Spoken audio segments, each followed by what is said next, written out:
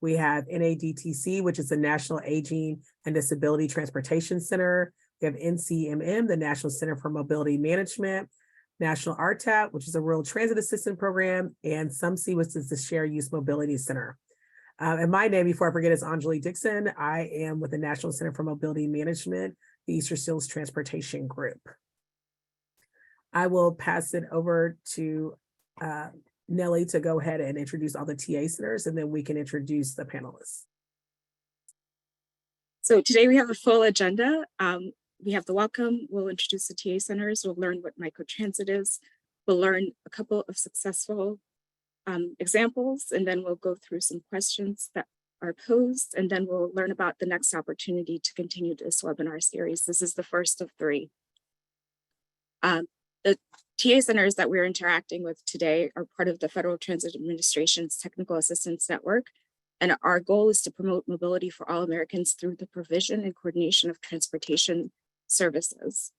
So the goals of the Coordinating Council on Access and Mobility, CCAM, which is an interagency partnership established in 2004, coordinate the efforts of all the federal agencies of home transportation services. And as technical assistance centers, we work together. NADTC, the National Aging and Disability Transportation Center, is funded by FTA with guidance from the Administration for Community Living to promote the availability and accessibility of transportation options to serve the needs of people with disabilities, seniors, caregivers, and they focus on Section 5310, Enhanced Mobilities for Seniors and Individuals with Disabilities program. NADTC focuses on supporting older adults, people with disabilities, and caregivers. The National Center for Mobility Management, or NCMM, seeks to increase the social determinants of health by helping connect people to mobility strategies that enable them to be successful.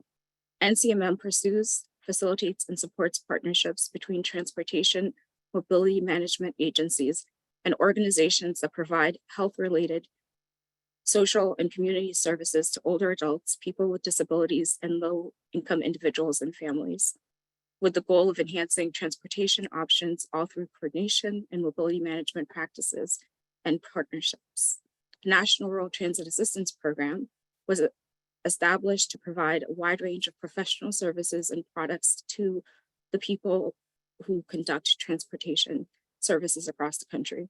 National RTAP addresses the training and technical assistance needs of rural, tribal, and state RTAP programs across the country. And the goal is to promote the safe and effective delivery of public transportation services and to facilitate more efficient use of public transportation resources. National RTAP provides a comprehensive set of free resources that include the training modules and e-learning courses, technology tools, technical briefs, toolkits, webinars, and best practices articles, roundtables and forums, and conferences. And the goal has been to distribute training materials and enhance the provision of public transportation services to rural and tribal providers. The Shared Use Mobility Center is a public interest organization and a national thought leader in shared mobility with a mission to create transportation systems that work for everyone, dedicated to achieving equitable, affordable, and environmentally sound mobility throughout the nation. Through efficient sharing of transportation assets, they connect the public and private sectors, they pilot programs, and they conduct research with the goal of providing expertise to cities and regions and to extend the benefits of shared mobility for all.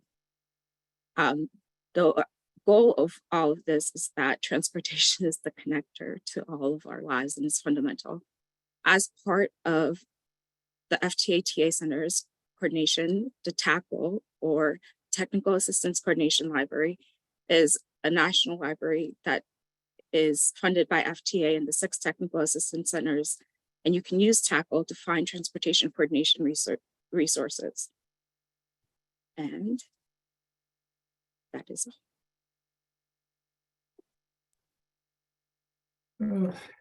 Thank you. Oh, sorry, Anjali, I didn't mean to. Okay, I was going to introduce you all. We will start with SUMC as our first presenter on what is microtransit. We have Albert Benedict as the director for the Learning Center and Accessibility Programs at SUMC, where he's responsible for managing several national projects to evaluate opportunities and economic and environmental benefits related to shared mobility and integrated transportation systems. He will also be joined by Alex Rosander, Program Associate, who provides planning support to a wide range of mobility initiatives at SUMC, including the FTA's Mobility Innovation Program and California's CMO program. Prior to SUMC, Alex worked as a transportation planner at Region 1 Planning Council, where she assisted on various projects related to transit, active transportation, and the environment, and provided public transit planning services for Rockford Mass Transit District. Now I'll let you all take it away. Great. Well, thank you, Anjali, and thank you for hosting this. This is a great topic and a great webinar series. We're really excited about it. So this is you've already introduced us, but Al Benedict and Alex are going to be presenting. Really, microtransit versus micromobility is the series. We're focusing on microtransit today, obviously. Next slide, please.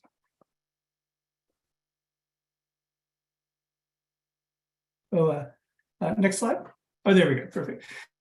I won't talk too much about this because you've already kind of introduced all the centers, but just real short. The Shared Use Mobility Center is really sets out to promote a multimodal transportation system that works for one that's equitable, universal, and sustainable. This here is we pictured here is our mobility wheel, and you can see transit we view as the center of this, and then all these other modes that we're talking about and microtransit today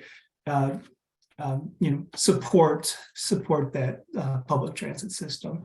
And so with that, Alex and I are going to kind of go back and forth, but I'm going to turn it over to Alex, and she's going to tell us about microtransit. Thank you. Hello, everyone. Thank you for joining us.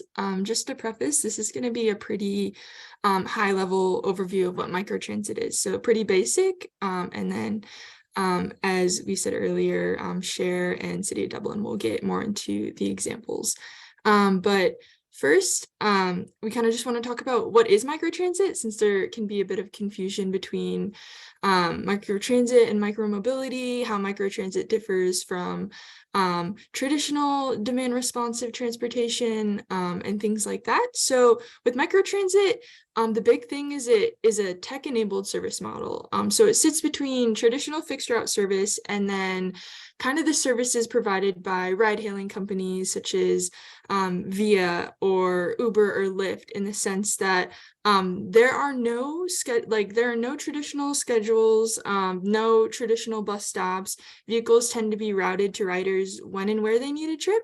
So that routing is done in real time, and passengers can expect to make their way to and from common pickup or drop-off points. And one thing that kind of sets apart microtransit from ride hailing is that it's supposed to be integrated into the larger transit network instead of more so operating in a silo.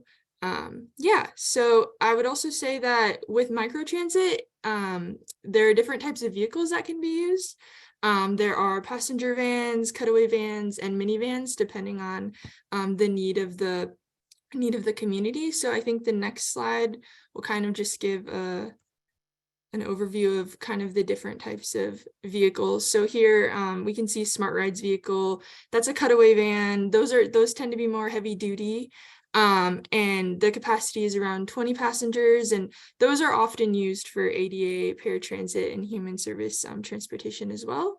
So it's kind of easy for those vans to be rebranded to microtransit with little modification.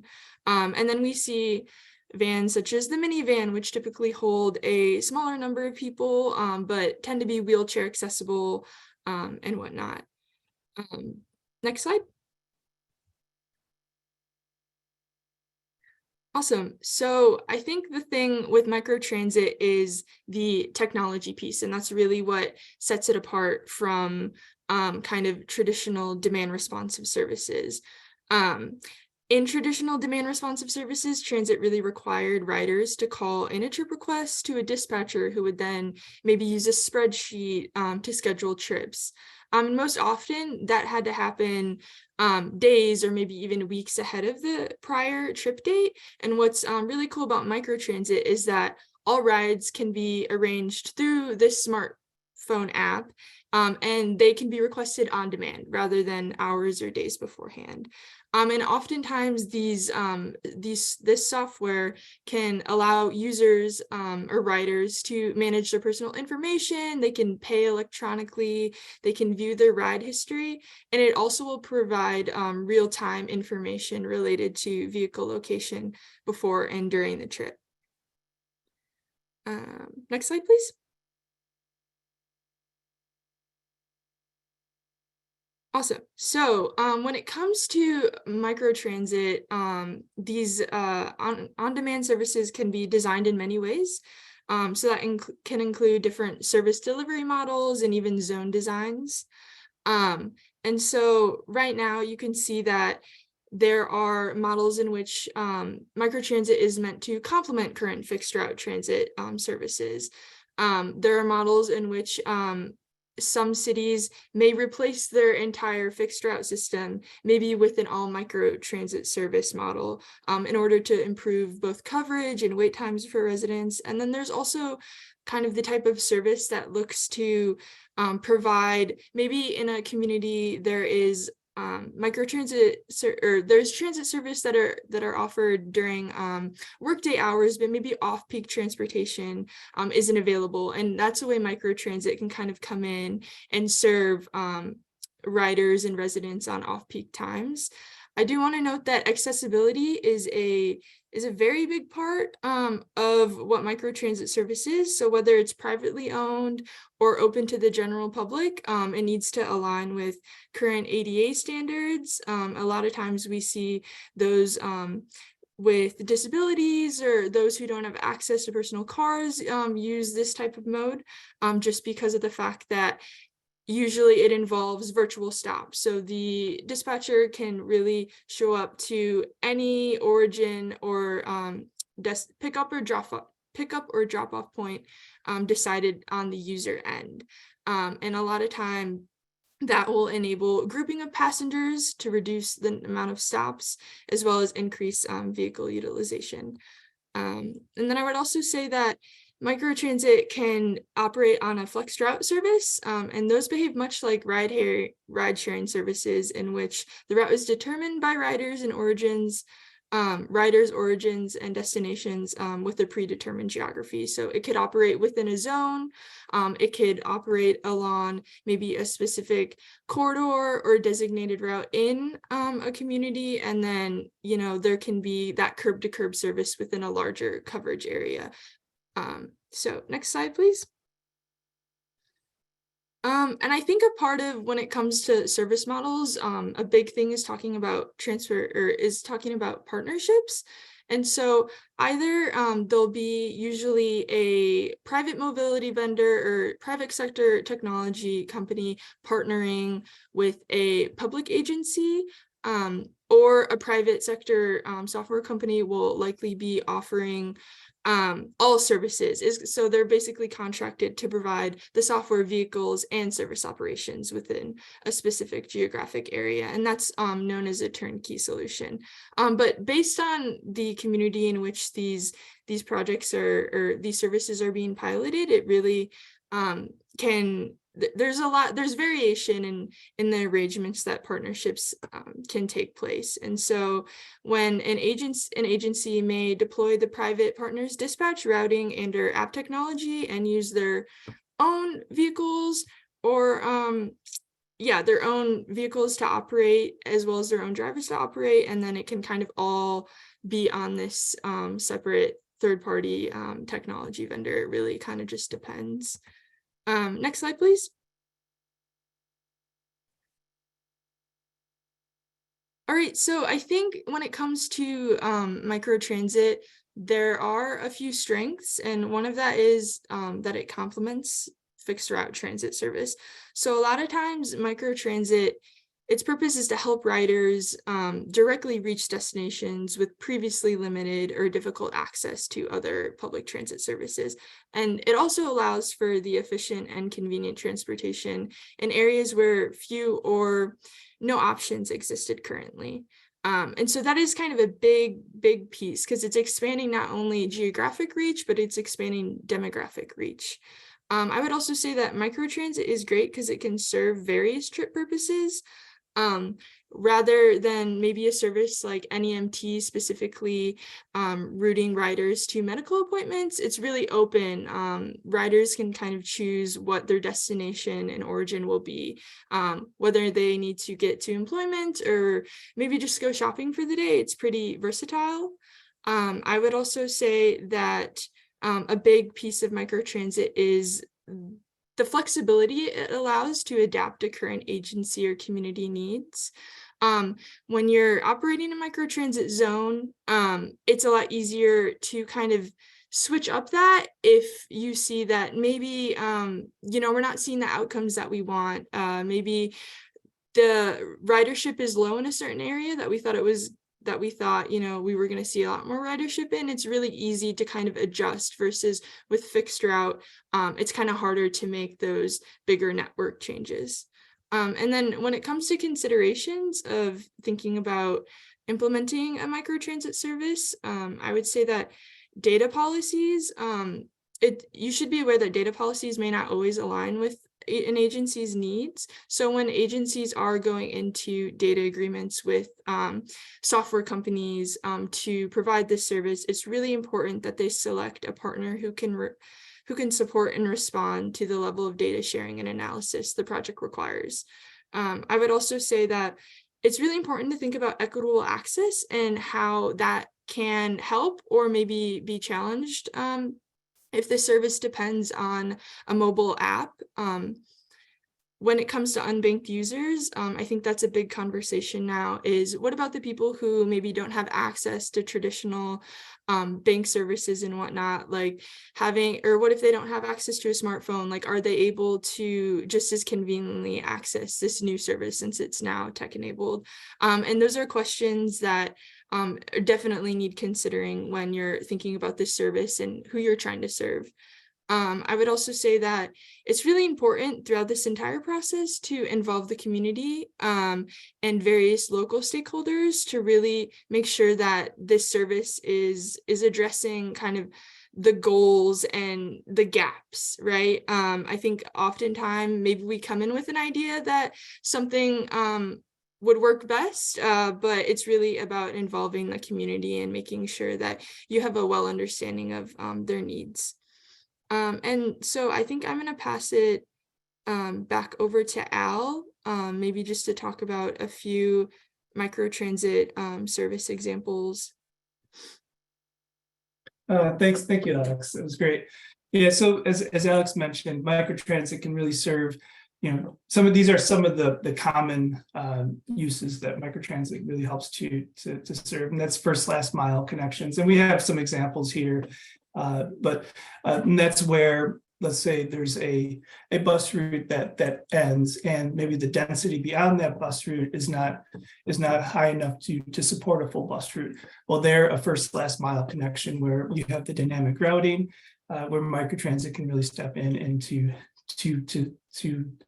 allow people to connect to other mobility services. And their Go Wake in North Carolina is a great example of that. Transit alternatives in transit deserts or low ridership areas. Again, maybe there's a hard to serve neighborhood where traditional bus cannot serve very effectively. And oftentimes there might be a zone that the transit agency creates, and that microtransit vehicle can then operate within that zone and serve that community. And either the end destination or the origin might be a transit stop or a bus line, or perhaps it can extend beyond that zone for a origin destination from start to finish. But looking at low ridership areas and where density might not be high enough, microtransit could be a good solution for that community. Dark Connect has one. Also, Memphis has a great example, which is one of the FTA, one of the mobility innovation pilots that it's been operating. Target destinations or individuals. Again, this is Cecil County is a really good example where they've used microtransit to provide critical rides to people who are in drug and alcohol rehabilitation. And so the microtransit is there. It provides a low-cost alternative for the people to access these services, and many of which don't have a vehicle. And so this is really their only means to seek the help that they need. And where maybe previously they had to take a taxi, and microtransit is much more cost effective in terms of providing that level of service. And then, a turnkey solution. The city of Arlington is a great example where they cover, I think almost all, if not the whole city, is now served by microtransit, where, and it's really provided these critical connections where there was limited transit before. And so microtransit is able to provide these group trips and really provide this service that is flexible and meets the needs of the community. And the City of Dublin, of course, that's what we're going to be hearing about today in more detail. So I will save that example for further discussion. Actually, we have 2 more slides. If you go next, and then we'll turn it on over.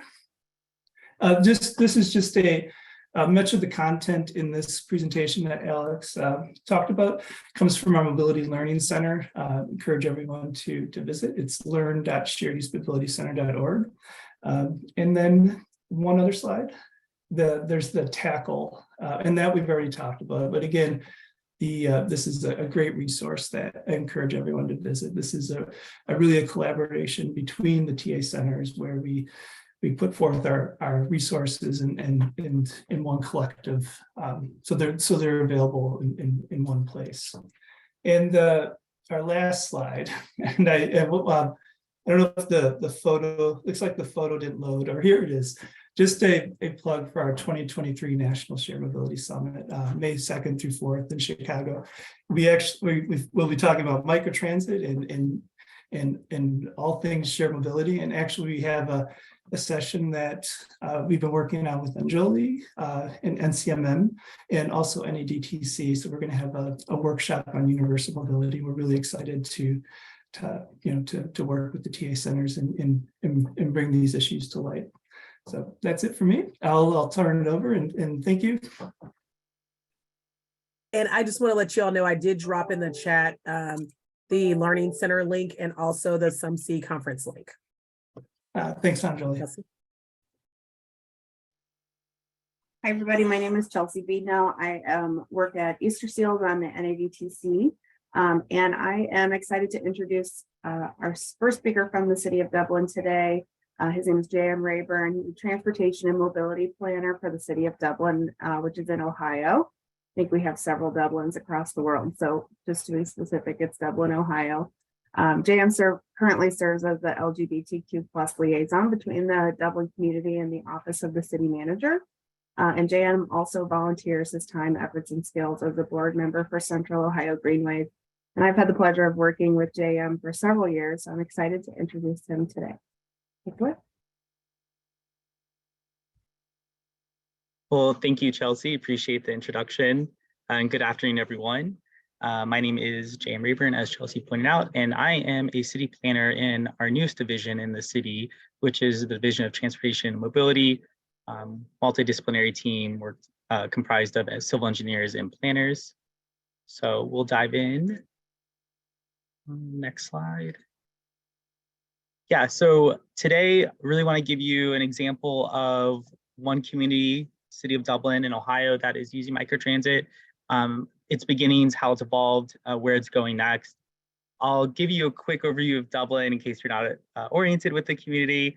I'll talk about our shuttle service, which is called the Dublin Connector, and then talk about how it's evolved over the past couple of years, particularly with COVID and other challenges.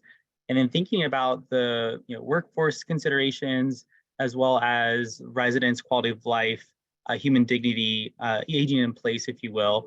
And I'll talk about where we're heading next. So if you're not aware, Dublin is a suburban community in the Columbus region in Central Ohio. We're a relatively young city. We have as many residents as we do office workers and other workforce, which is unique. And then we have about 20% of our population, which are either nationals or descendants of Asian communities, particularly South Asia and East Asia. We do have a pretty sizable corporate base. Cardinal Health, Wendy's, Stanley Steamer, they're all headquartered in Dublin, as well as some other healthcare and higher education institutions, to give you an idea of what kind of community we are. And next slide.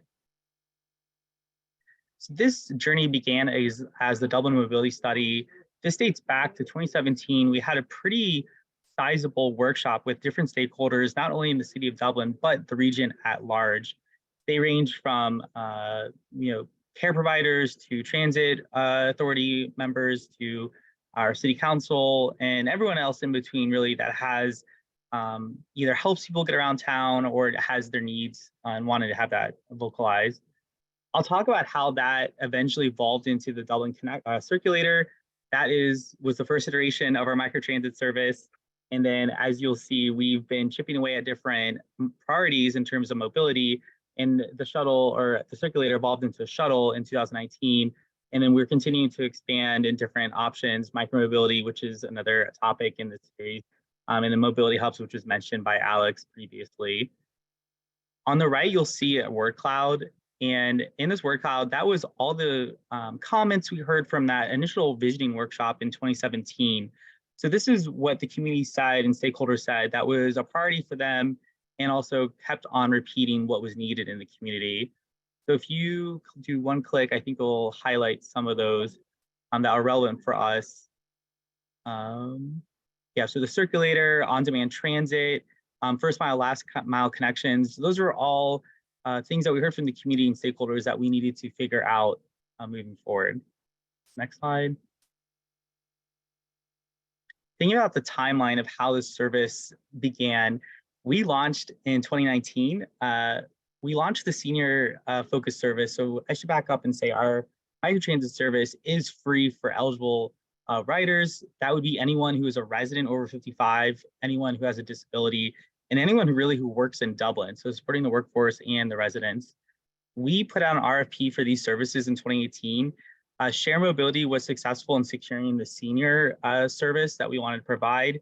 We actually were going to partner with Chariot in 2018 and to launch in 2019, but that company is no longer around, at least not in the services that it provided to us. So we couldn't launch the workforce until later. And fortunately, Share was able to take on that responsibility and provide both services for the community. The biggest milestone after that was later in 2019. In October, there's a software update that allowed us to get away from the circulator model and have more or dynamic scheduling ahead of time. So that window to schedule was a few hours, and we've been chipping away, getting that window smaller over time. And we rebranded the circulator as a shuttle, and we call it the Dublin Connector. We worked with our internal communications team to do all of that branding, and that was successful, I would say, in giving the facelift to the service. It is important to note that we were calling this a pilot in the beginning, and that was a challenge for us to get buy-in, particularly from businesses that we wanted to help spread the word to their employees about the service and how it could help them get to work if need be. So we had to get away from saying anything that had to do with a pilot because it created hesitation with our business community if they wanted to promote it, and then it would be taken away. So that's something that's worth noting as you think about this. COVID, of course, hit in 2020. We discontinued the service for our seniors and our people, our individuals with disabilities. We thought they were probably the most vulnerable, if not some of the most vulnerable residents or riders of the service.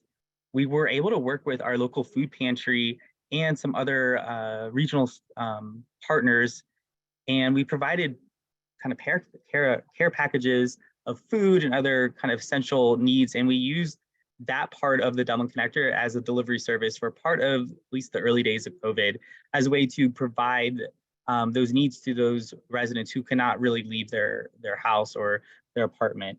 So that was a very interesting take. Back then, I'm sure we all can reflect, there was a lot of uncertainty. So it made the most sense at the time to provide that service. And we were happy with the way that it was embraced by the community. So moving forward after COVID, we're able to reintroduce the service in September. Things were okay in the sense of guidance from CDC and also looking at what other, like our transit authority was doing and some other policies that were relevant to us. We're happy to reintroduce the program, and since then it's really taken off in different forms. So once we got back in January 2021, we had some new features to promote for the community, as well as getting people vaccinated. It was a big push at that time, which made sense. Later in 2021, we launched the what we called a mobility concierge, which is a fancy way of saying I had community office hours at a very walkable area with high foot traffic. And I would set up shop with, a table, foldable chair, make it look presentable, but provide information on our mobility services, including the Dublin connector, where the people are, which is really important when you do public engagement. We're able to get a lot of people interested in the program, sign them up for free. It is a free service, but we need you to sign up to make sure that you're eligible. So from there, we've heard back from the community where they want the microtransit services to be expanded. Places of worship are very popular, as well as non-emergency medical appointments. So as this program continued, we did have funding from City Council, but I did actively seek out grants, particularly 5310, Section 5310 grants from the federal government, Federal Transit Administration. And that was very helpful, particularly through our local metropolitan planning organization called MORPC. I will then say from now, moving forward, we've been looking at ways that we can continue to expand the service, whether it is seeking more funding or finding ways that we can have an impact in the community. So an example of that is January of this year, while students, I said earlier that anyone that works in Dublin is eligible, it perhaps was not clear that students that want to go to an internship or maybe have a work study situation or something, they're totally welcome to use the service. And we reinforced that need with talking to our local school district to understand that there are some kids that don't have a driver's license that need to get to internships or other extracurricular activities. So having this service is very helpful for those students to have, particularly where there are gaps currently in the school district transportation system or what have you. Next slide. Thinking about our transit authority, it is called the Central Ohio Transit Authority, or COTA for short. We do have different levels of service when it comes to bus lines in Dublin. Given that we're a suburban community, it's shocking to many people that we do have bus service. We do. We have 5 lines that directly service our community, those being the ones in blue and green. And then we have line 1, which is high frequency, but just stops short of our community boundaries. And that is where we use the microtransit, the Dublin Connector Shuttle, to help with those first mile, last mile connections, particularly taking people from where those lines end and taking them to their employers in Dublin. Next slide. As we zoom into Dublin, we do have business districts that hug the interstate highway system, and we have residential uses just beyond that. As a city planner, I think that's a good idea. But with us, we find that service only gets to about half of our business districts, particularly the ones inside our outer belt, Interstate 270.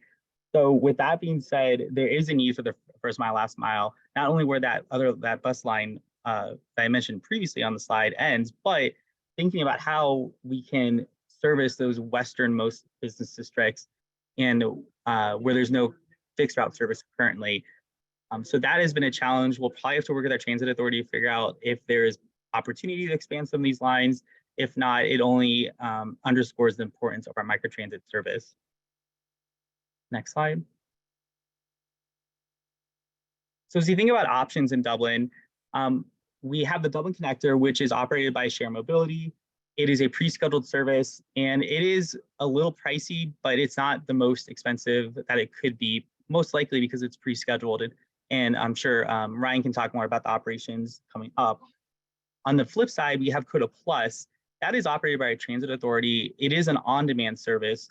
And it's more expensive because they need to have adequate vehicles and staff ready to be to make sure they are actually on demand and can provide those connections in timely fashion, at least based on what they advertise in their service.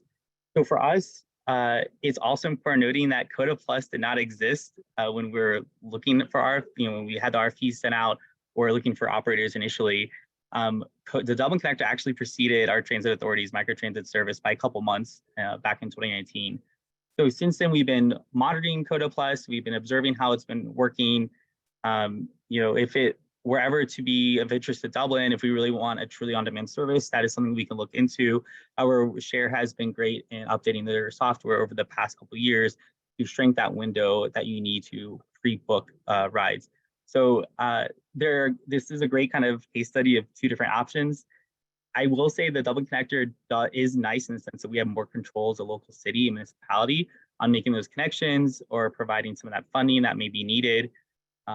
Conversely, with the transit authority, there are benefits, I think, on being a regional system as other zones are present in our region. So it's something to think about when you think about the differences between pre-scheduled and on-demand microtransit.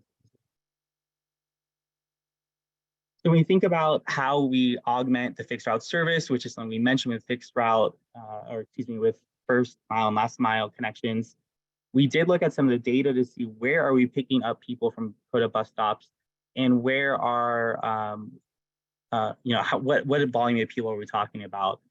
Surprisingly, the park and ride is at the bottom of the list. So there weren't a lot of people necessarily using the Dublin Connector as a first mile, last mile from the park and ride. But we did see where that line 1 ended. There is a lot of other lines that are present at the top of the list at Wrestler Drive and Sawmill Road. We call it Carriage Place Plaza to Shopping Center. There were a tremendous amount of rides that we were able to pick up from there, which to me underscores the need for either the service to be extended further into Dublin or for us to continue to invest in microtransit, or perhaps a combination of the two, working with our transit authority. Next slide. So we talked about the workforce, thinking about residents and quality of life. We do have this service, particularly because we want to support aging in place in our community. It's really about mobility independence when we think about older adults or individuals with disabilities. How can they still have a productive lifestyle, or how can they overcome any mobility barriers with using microtransit services? We do operate this service or provide it Monday through Saturday, 9 a.m. to 4 p.m., and they have to be booked in advance. So thinking about types of trips we encourage, of course, going to the grocery store or the pharmacy for any medication or needs that you have there. Non-emergency medical appointments, emphasis on non-emergency. If it's emergency, please call 911. But if you have a doctor's appointment, dentist appointment, whatever that's scheduled at a time, let us take you there and not worry about it. Banking, going to credit union, post office. You could even meet, friends for a meal. Why not? It's important to have a social lifestyle, particularly as you get older in your years. Volunteering is also important, as well as attending some of the special events that we offer as a city. Next slide. So thinking about the community impact, we've been able to feature 2 regular riders of our Dublin Connector service. The one on the left is highlighting an older resident who has a disability or disabilities, and she explains how the service is helpful to her. And it's great to also share her story, and she's willing to share her story so that other residents may be encouraged to look into the service and hopefully sign up for it if it's a good match. On the right, we focused on a resident who's also works in Dublin. His name is Benji, and it's a huge help to his family to not have to drive him to go to work every day and pick him up. He does not have a license, and this is a great way for us to support some of our younger workers that don't want to drive or can't drive, but also can be helpful to their community or not their community, to their parents, their family, their caretakers. It's also probably worth noting before we move on that on the workforce side, the need was identified early on that we needed to do something with microtransit because we are hearing anecdotally from some workers that they would take the bus to the bus stop that would get them the closest to their employer in Dublin, and then they would sometimes have to take Uber and Lyft to complete their journey there and back, which honestly adds up. And we heard it could spend, some people would spend between $200 to $400 a month just to complete those first mile, last mile connections. And more often than not, these were not the workers that are having the highest wages in our community. So the burden was definitely something that was alarming that we wanted to figure out as a community, as a city. How can we alleviate that burden and help get people to work in Dublin? So if we think about next steps, we do want to think about the Dublin Connector shuttle. There is on the left. It's branded. We also use share vehicles to supplement the demand. As we move forward, we're going to think about how does this Dublin Connector service, how does it fit into the bigger picture moving with providing mobility services, first mile, last mile connections. There's a lot of hype around driverless shuttles. We want to at least do a study, investigate how a shuttle could mix with our microtransit service, the Dublin Connector. Maybe we'll go back to a circulator that is not limited by if you work in Dublin or your age or disability, but it can be open for everyone who's perhaps even visiting Dublin or other people who are not eligible currently. We may want to have a circulator that is a continuous kind of fixed route that hits a lot of important areas in our community. So we're thinking about how this form of microtransit can play with other forms of microtransit and perhaps having a hybrid or mixed system to meet the needs of our community. On top of that, we're looking at how this microtransit service will interact with other modes of transportation. We are going to be launching Kogo Bike Share, which is our regional bike share system. There are no stations in Dublin, and we're looking to launch 9 this spring, which is making a splash. It will be a mix of e-bikes as well as traditional pedal bikes. And then finally, we finished the design of our first mobility hub at our recreation center. DCRC is short for Dublin Community Recreation Center. And we are currently, or I'm getting ready to bid that project and hopefully get that built as soon as possible over the summer, which will then complement this microtransit service, because the mobility hub is adjacent to our senior lounge at our rec center, which is kind of the focus of the mobility hub. We've got a grant from AARP Ohio to help with the design cost of that. So it was a really nice partnership, but also speaks to the need to, again, help people that are aging in place, but also provide welcoming, attractive environments for drop-off and pick-up areas for our Dublin Connector. So finally, I'll touch on how else this microtransit service will play on future transit investments, or at least planning.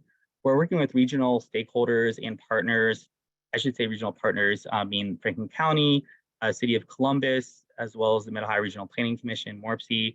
And we're working on extending a bus rapid transit line from downtown Columbus towards Dublin. So this will be a multi-phase project, and we are excited to be part of this. What this will be interesting to see is how will our Dublin shuttle, or Dublin Connector shuttle, how will this play, or how will this interact, and what will the relationship with bus rapid transit when that comes online in a couple of years, and perhaps that will create more opportunities for us to do first mile, last mile connections, but also get people to not drive as much and think about other ways to get around town. And if you click I think it's one click. There's an example of, this is the Van Ness BRT line in San Francisco. It's very similar to the design that we're looking at in Ohio, particularly on the northwest corridor going from downtown Columbus to the City of Dublin. And thank you so much. There's my contact information, and I'll hand it off to Ryan. Thank you, JM. And I am excited to introduce our next speaker for today. Ryan McManus is the CEO of Share Mobility. Ryan is an entrepreneur focused on helping companies and cities change the way people commute. As the CEO of Share, he leads the company's mission to create equitable access to transportation by making it an employee benefit. So lots of workforce initiatives going on with Share. Having worked in smart cities and rural communities, Ryan brings urgency and action to solving today's biggest transportation problems by activating the private sector and using technology to make the world smaller for those who are always a passenger. Ryan is another person I've worked with for several years, and I'm excited to turn it over to him. Thanks, Chelsea. And it's awesome to have an opportunity to get to talk to so many people at one time. JM did a really great job of explaining how the Dublin Connector works. It's one of the most successful microtransit programs that's been renewing for 5 years or so now.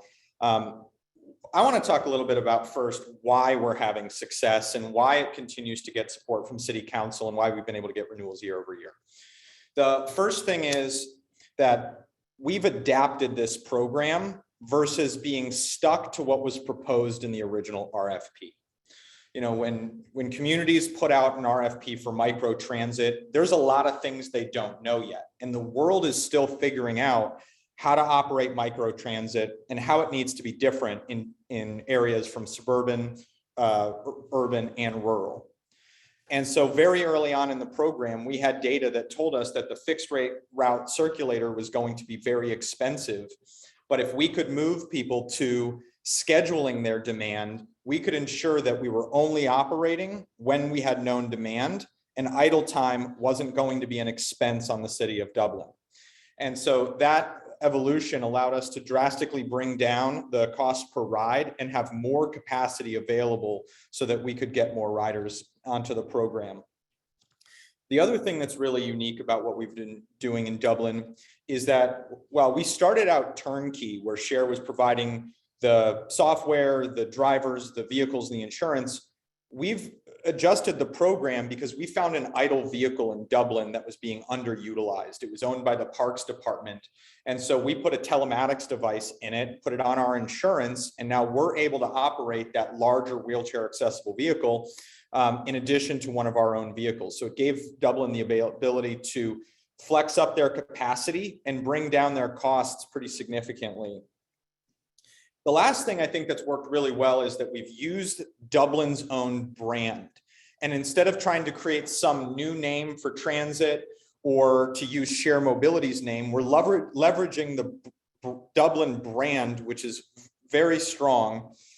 And we've also made the program so that you don't know whether somebody's going to work, it's an individual with disabilities, or it's a senior. And I saw one of the questions was, you know, could microtransit replace paratransit? And in a lot of ways, it's the exact same thing. And I think there's an opportunity for communities to not brand their vehicles as paratransit, but to brand them with the community name, so there's no stigma behind riding.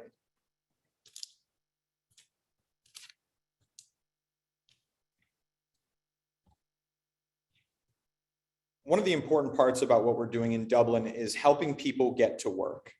And when we first started, there weren't a lot of people taking the bus into Dublin because it couldn't get you to work. But we found that people were spending $300, $400, $500 a month on ride hailing to be able to get them that last mile to the job.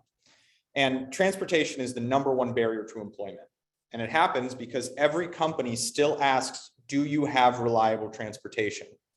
But the program that Dublin has now, employers are able to say to employees trying to work but living outside of Dublin, we have a transportation option for you.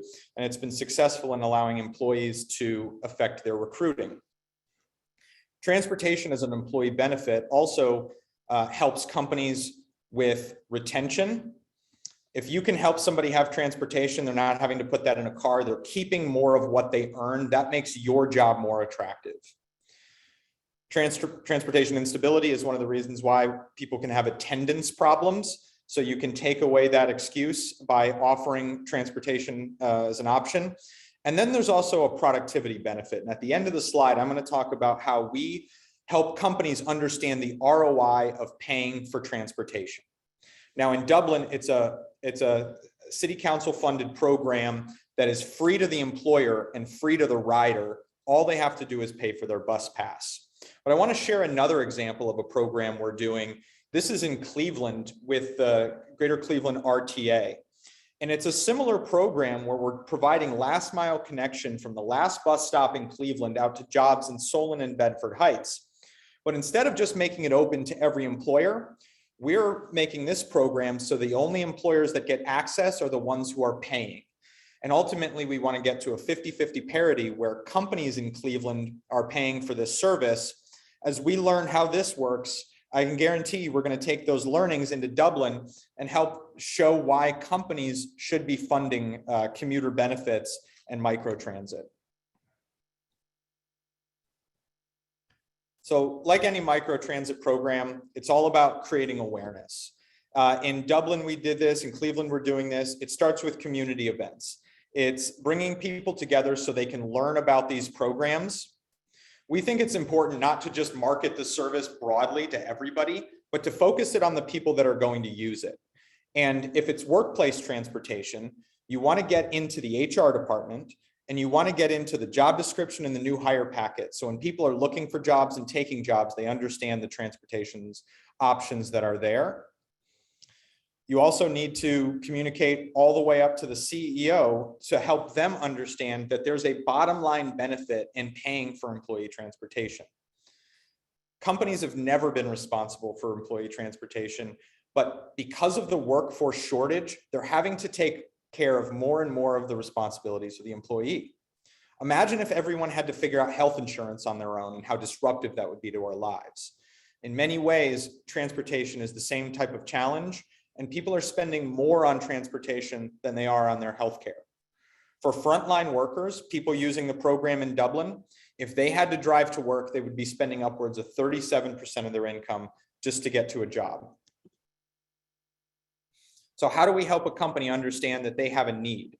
So this is the back end of our software. It's called a commuter analysis. And what we do is we have employers upload where every single employee lives.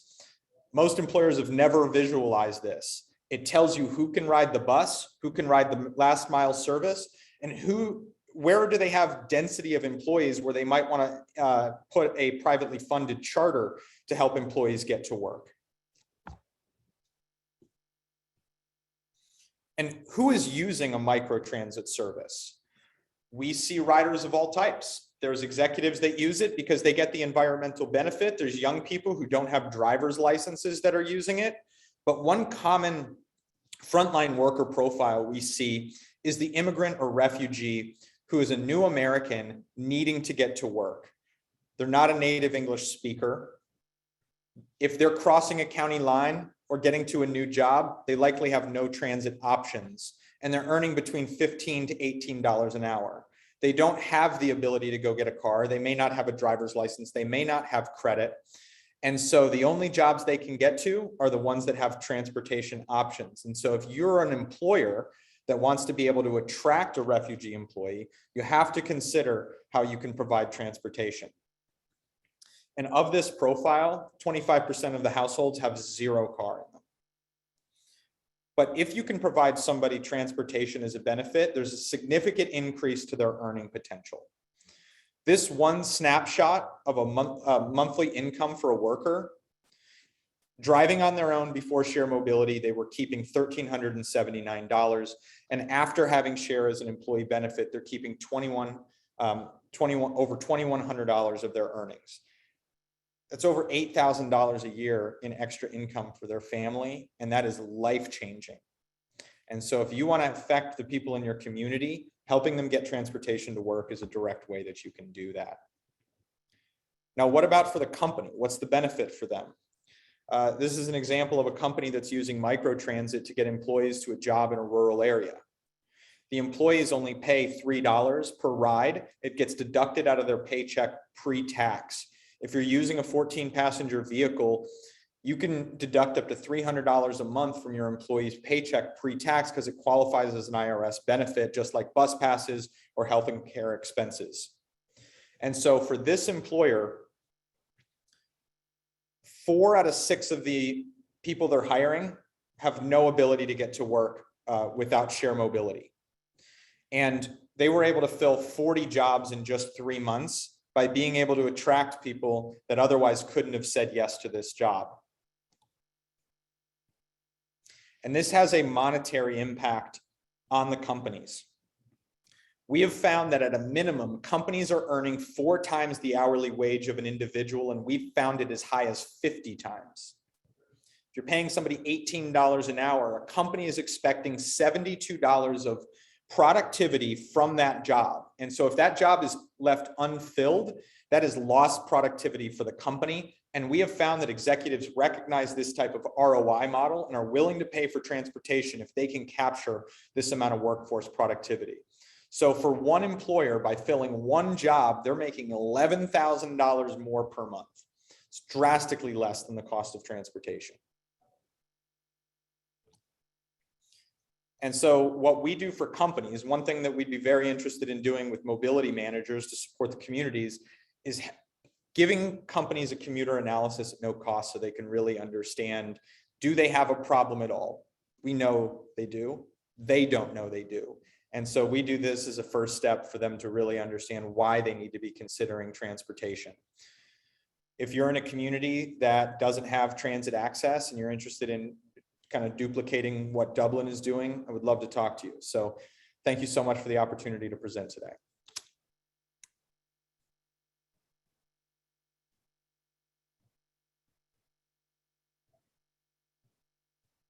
I'll pass it back to you, Chelsea. And I think I'm gonna punt it to Anjali. Thank you, Ryan. Thank you, Dan. We appreciate you being here today. Hello. So now we're going to take time to answer any questions, and there are a lot of questions in the chat and in the Q&A here. So let me just pull those up real quick.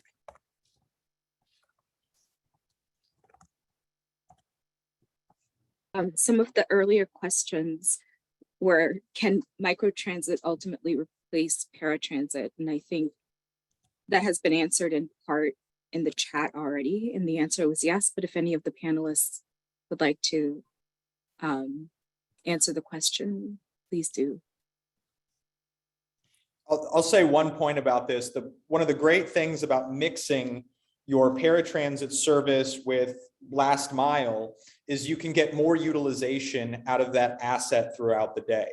So you could help people, first shift workers, get to work. You could help take seniors to the grocery store. You could take individuals with disabilities all in the same vehicle, all by optimizing throughout the day. So I think it makes a ton of sense, and we'll see more and more communities mixing those programs, and paratransit as a brand may go to the wayside.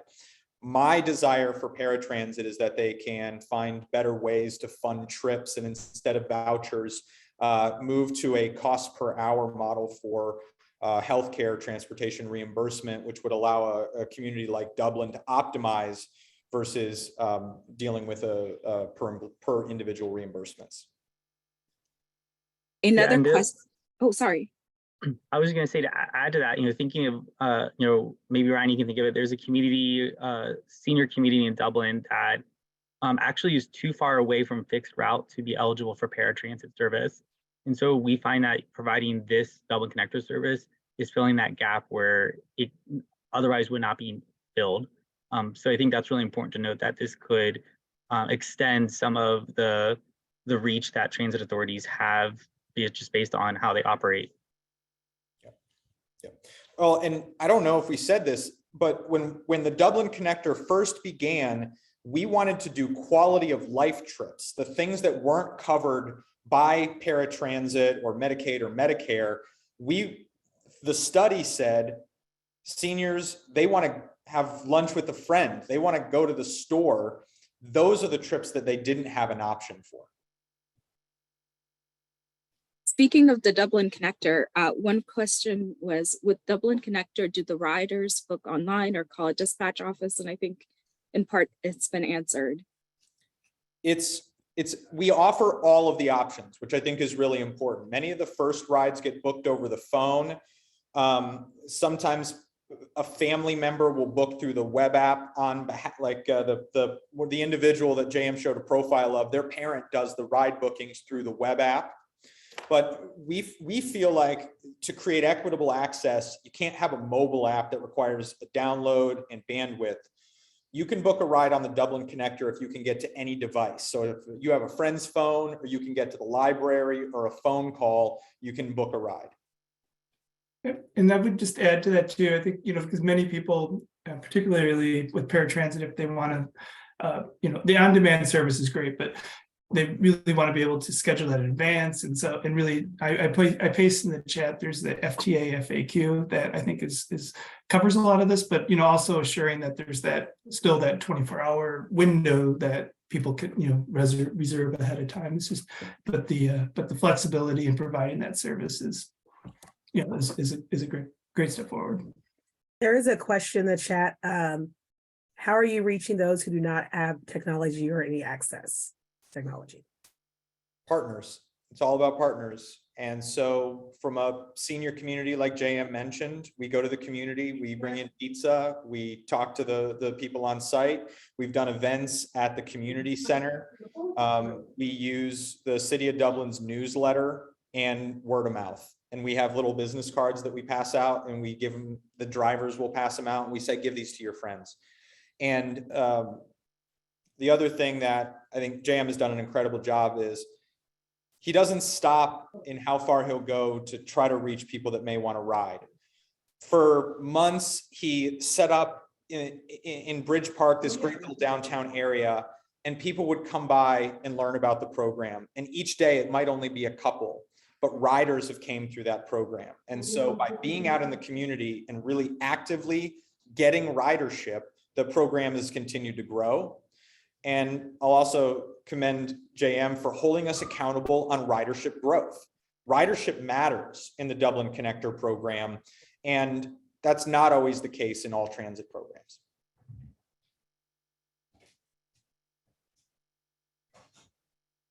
Yeah, it's also worth noting, Ryan, that we give complimentary space to caretakers of some riders. So they may be also the ones that could help with the booking, or if someone does not have access or can use technology, usually a caretaker can step in and help with that. Yep. Yeah. And then maybe add one more. These are great. It's a great example, Ryan and JM in the Dublin, Ohio. I would also add, you know, considering, you know, language, and I used to think of, you know, it's really complicated to do that, but it's really, you know, a text file essentially that you you would read in, and it sort of matches, you know, and obviously you want somebody to, you know, proofread it. It's not quite that easy, but just making sure that the services are accessible on, you know, on all levels, and really sort of addressing those potential barriers. Yeah, we have 9 languages available, so it's definitely important. Yeah, I mentioned earlier that 20% of our population are non-white. Some of those are very educated, maybe corporate workers for Honda that's nearby, or other suppliers, but then they have their family that could come visit that maybe do not have a lot of proficiency in English language. So it's really important to have those capabilities in. It's kind of an area I think we can improve a little bit more as a city. And I hope that this summer, when I bring back the mobility concierge, we can bring more of that kind of multilingual aspect to it.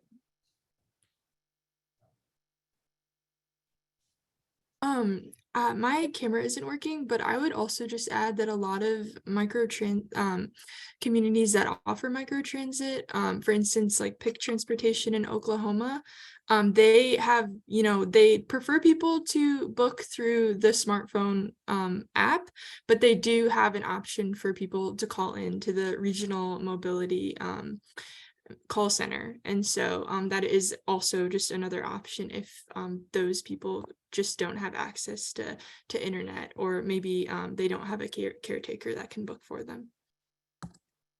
Great point, Alex. I do have 2 more questions that popped up.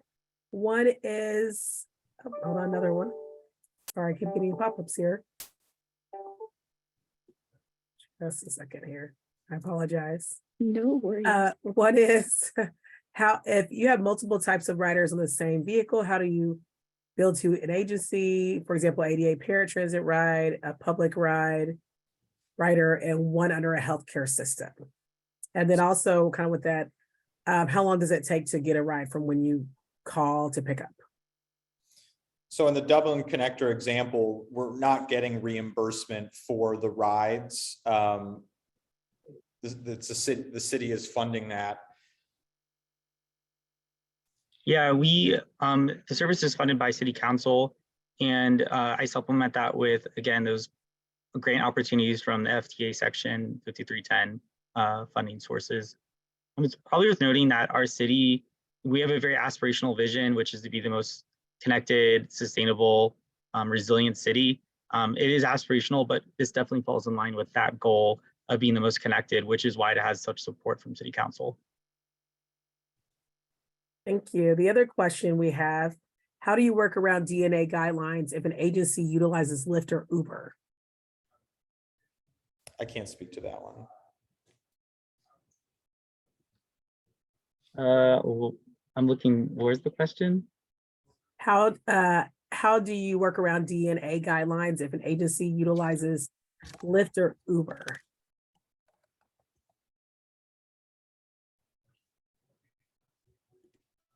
I don't know. I drug test my drivers, so I can't answer that. You know, maybe, you know, JM, I'm sure you have experience too. But, I would admit that link to that FTA shared mobility FAQ, I would point people in that direction. But the is really providing equivalent service, and so in many cases, you might see a partnership with the TNC where they provide service to non-ambulatory people, but then they also have, and they can this could either be contracted out or maybe their own vehicles. They need to, you know, provide that equivalent service, and that, you know, that in both terms of cost and time and all that is kind of factored in. But you know, the FAQ is really a great resource that covers some of this. Thank you, Was Al. this question asking about drug and alcohol guidelines? Or ADA? I think it's drug and alcohol related to, yeah. Okay, sorry, I just wanted to clarify. They also have a question, what is or are the funding sources? So I know you mentioned 5310. Do you have another exhaustive list or other partners that you're seeking funding for, sources from, or that you work with? You know, we did have a few sponsorships in the beginning for like a lunchtime kind of service for some of the businesses to, let's say, a local food truck or have you. The intent was to get more private sector involvement in funding or financing the program. And then COVID hit, and our economic development team was like, there's no way we can ask that right now. It's just not good timing. So we've been able to, with, you know, despite not having more more private funding, City Council, to their credit, really supports this and embraces it. And it's moved from, it initially was a capital funded project, but now it's more under our operating budget, and that's how we fund it as a city. Thank you, JM. Another question is, have you experienced any willingness on the part of healthcare providers to contribute to the cost? Or do managed care organizations or insurance companies have a financial investment in contributing towards service cost?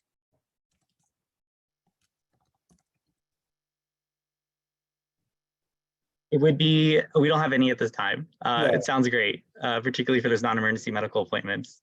So hopefully there'll be opportunities in the future. Great opportunity for more of that. We'll say that. Yeah, there is one example where there's a partnership with in South Dakota with the hospital, and so it's kind of providing those the trips to the medical appointments, and and the benefit for the hospital to participate in that is that it really eliminates or reduces the number of no-shows to appointments. And so there's that kind of pointing out that cost savings, I think, and, you know, JM in the future, kind of, that's all about kind of the bottom line and providing, you know, a higher quality service too.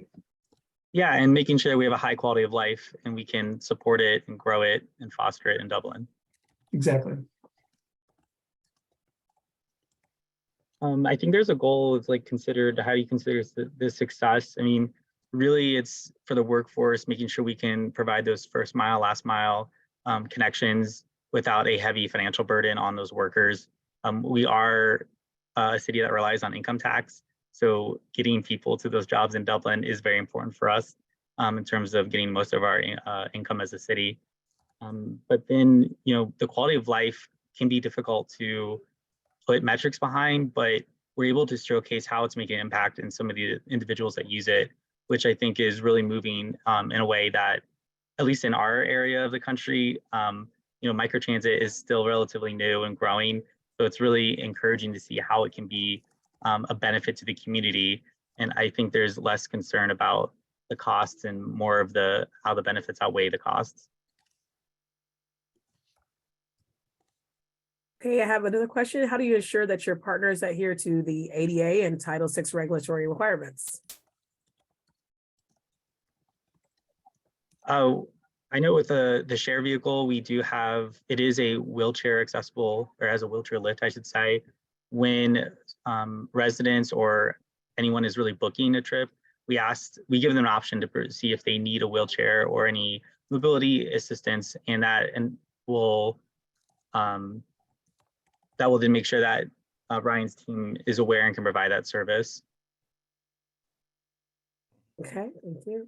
And what is the goal or considered a successful microtransit service in terms of performance metrics, like riders per hour, cost per rider? I think cost per ride is an important one because everybody really wants to know that.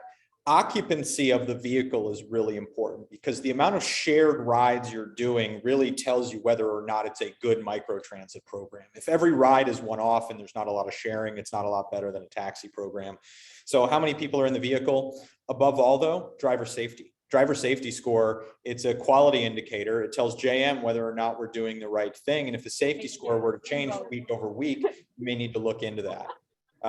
Gives us confidence that the driver is doing the right thing. Tells us that the riders are having a good experience if the safety score is high. And the last thing is rider NPS. So at the end of the trip, 1 through 5 stars with a comment, the riders are able to leave a comment. So we get some individual feedback from that. You know, it's been awesome knowing that the impact is there and it's growing. I've received handwritten letters from some riders just expressing how much this means to them, because they don't have to either ask someone in their family or ask a neighbor or ask a friend and feel like a burden, particularly for older adults. So there's been these, little anecdotal kind of breadcrumbs that over the years we've been able to piece together with the data to understand, yes, this is a good service. It definitely has a benefit. And, as long as we can continue to serve the community and find ways to expand the service, I think we're heading in the right direction. For me, I mentioned earlier that places of worship was requested and we don't have service on Sundays. Some places of worship, that's, Saturdays are okay, Fridays are okay, but we still need to figure out how we can continue to expand the hours 7 days a week, and then also every day, the daily hours that we offer. So that for me is the next goal, in providing a fixed route or circulator that everyone is allowed to use. I have some more questions. Do you do standing orders?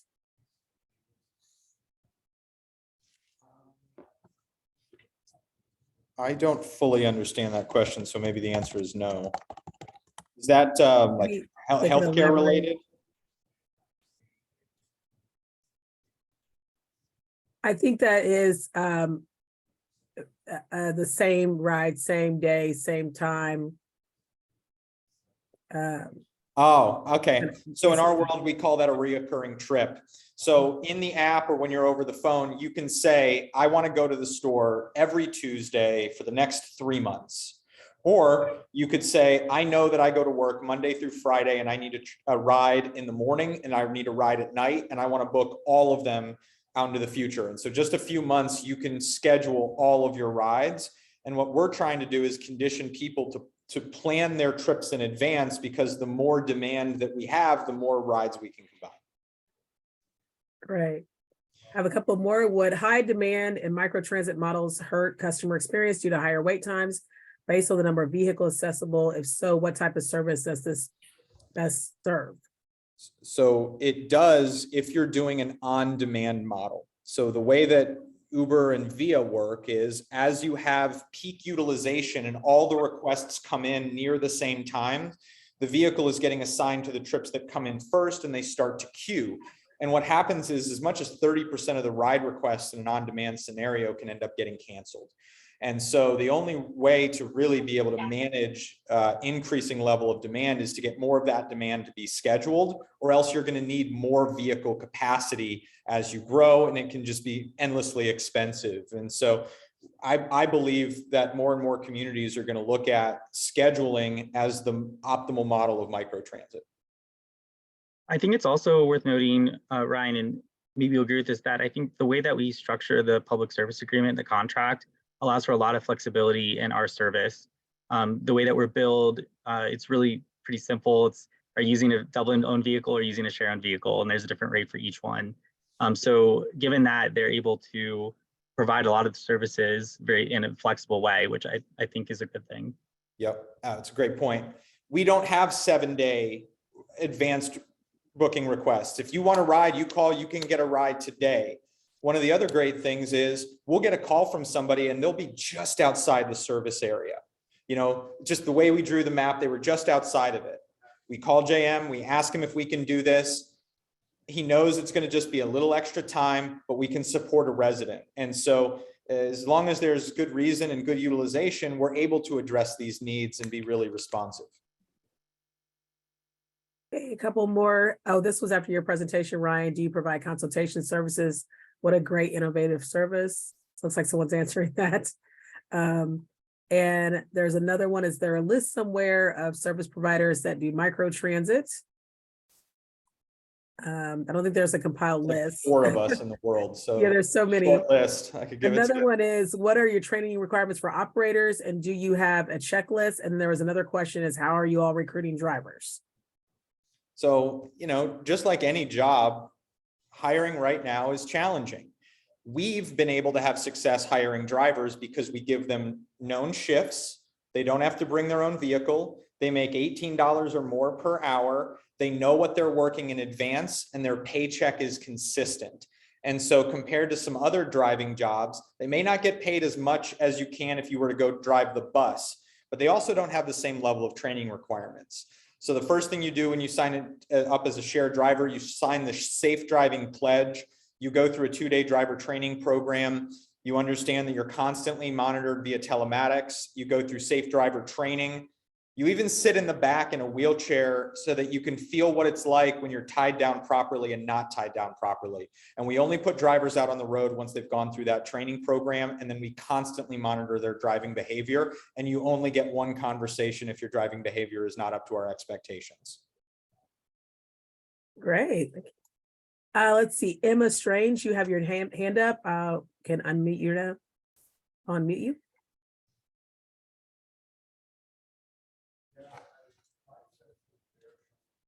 Emma, did you have a question? I'm so sorry. That was a mistake of the hand. Okay, that's all right. I didn't want to miss you there with all the questions. Okay, are there any other questions? Let me just scroll back here. I think I got every. Chelsea, Nellie, do you see any other questions?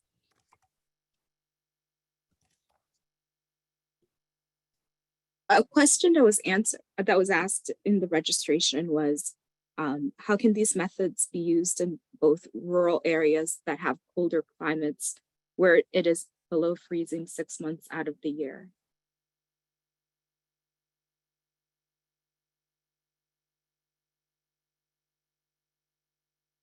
So, yeah, I think rural bad weather, you know, those are just additional challenges, but I think that I go back to scheduling, right? For example, in the winter in Dublin, if it's snowing, we built in additional times into the route to make sure that somebody still gets to work on time. And so for a rural community that might have inclement weather, you know, they need to have the requests booked in advance, and they probably can't have the same service level across the entire county, especially in really big remote areas. And so if you're really far remote, you may need to plan further in advance, and you may have limited places that you can go. So I think the challenges just get greater as you go into those tougher areas. I know Dublin's not exactly rural, but you know, we're a suburban community. We do have an area that's being retrofitted and being urbanized, if you will, and more walkable. In thinking of that mobility hub program I mentioned briefly, I mean, we're interested in improving some amenities at bus stops, which I think is a good thing. But we're also investing in our first mobility hub, which has heaters, has different seating types and what have you. And it's next to the senior lounge, so it's meant to be as comfortable as possible, no matter what time of year it is. So, I mean, that's a huge investment. It's costly, but I think you can point to other cities. Like I know some cities in the Bay Area are investing in public stop entities.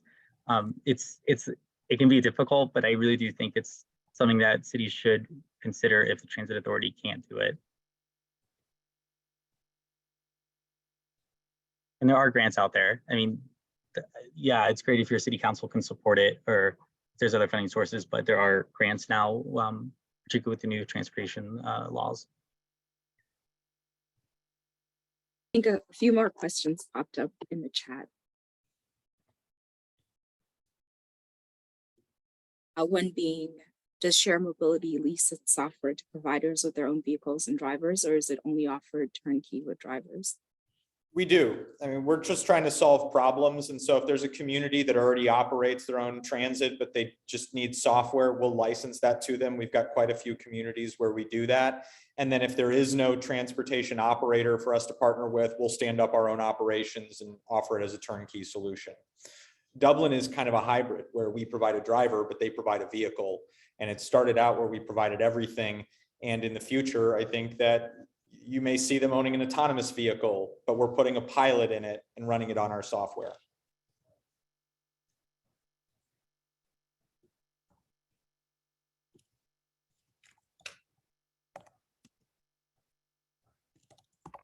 Okay, it looks like we have another question.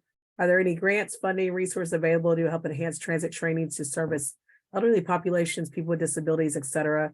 The goal is to train the drivers to be experts for aging in place and ADA, for an example. Have you all used any of those resources to train your drivers or?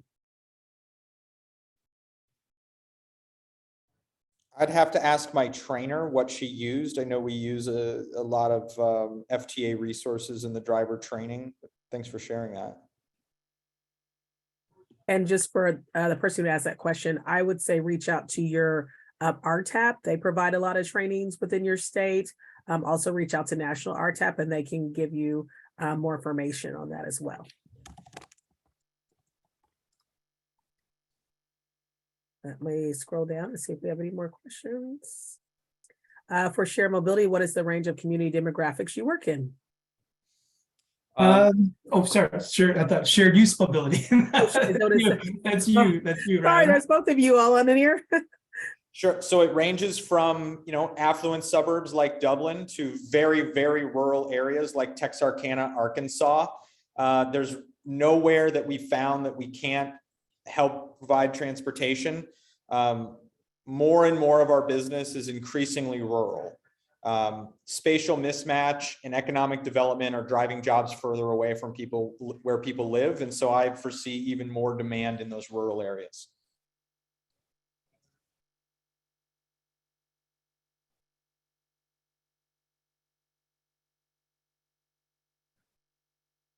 Yeah, and I think it's worth noting that when we think about the breakdown of drivers in Dublin, usually it's about 80% of the senior residents, people with disabilities, and 20% for the workforce. That can ebb and flow, but that's kind of the breakdown for our community.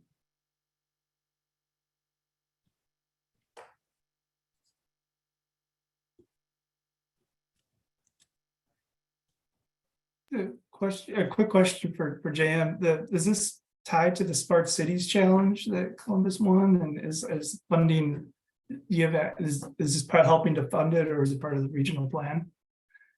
We actually did go for a different grant for Smart Cities. So Columbus got the big $50 million. Ooh, yeah, it was great. We actually won a smaller grant of $6 million at the same time with the City of Marysville and Union County. And that has evolved to us, or that grant was to help with testing autonomous vehicles, driverless vehicles. So laying the conduit, laying the fiber and communications, redundancies, so on and so forth. Now that stretch has become a beta district, and that's how we have marketed our region, kind of a sandbox for different technologies. We do have a whole Smart Cities Connected Dublin component to our operations that we have not even touched the surface in this presentation. But it definitely does have a role to play. I mentioned like doing an autonomous vehicle study for a circulator, but it's definitely more than that. And we're always looking to partner with anyone who's interested in trying something new or piloting something in our community, which I'm very thankful for. I mean, we have a lot of wind behind our sails right now.